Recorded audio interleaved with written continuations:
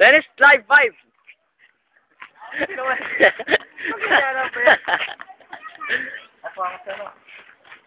RJI. Nag-go-bowling.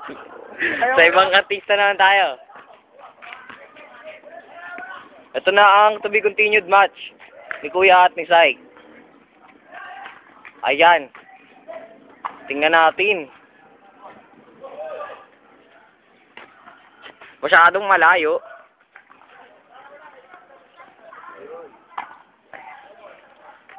Ayan, nag-serve na siya.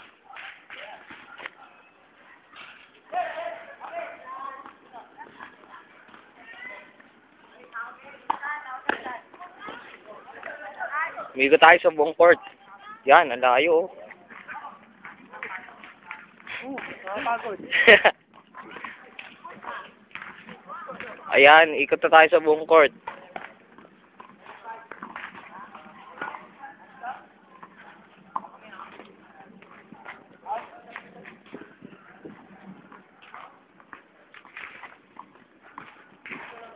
Walang masyadong aksyon dahil kulang ang players natin ngayon.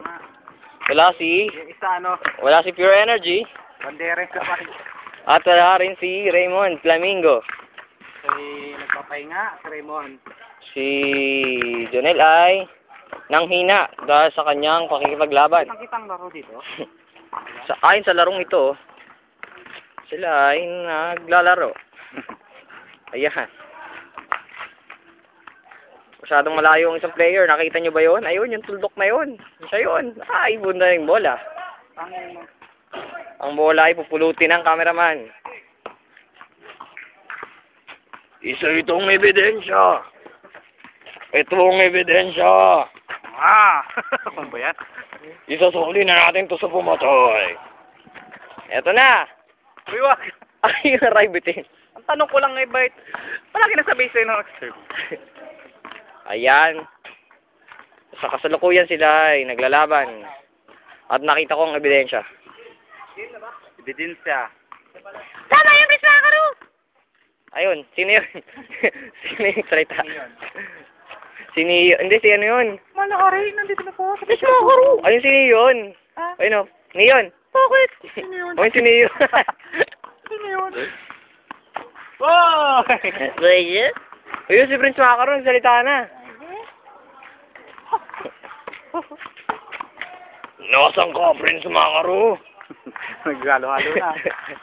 Hindi akong pumatay, Chi! Ay, mali. Hindi ako. Ay, mali. Naka-record ba? Oo. Naka-record ba? Tennis Live 5 to eh. Siniyo ng ating host. Ayan po, naghuhuling po si RJ. RJ! Nakita mo ba ako? Ako si Neon. Ako yung katulong Prince Makaru. Ba't ka nag-chi? Sino ba yun? Si babae? Si Scarlett? Scarlett. Umalis na si Neon. Ako, umalis na siya. Okay, walang saysay ang Tennis Live 5. Wala talagang saysay ang mga episode. Kaya ito yung sinusubaybayan ng mga tao. Lahat ng episode namin dito ay certified. Walang saysay. Oh! Kaya matatapos na ang episode 5.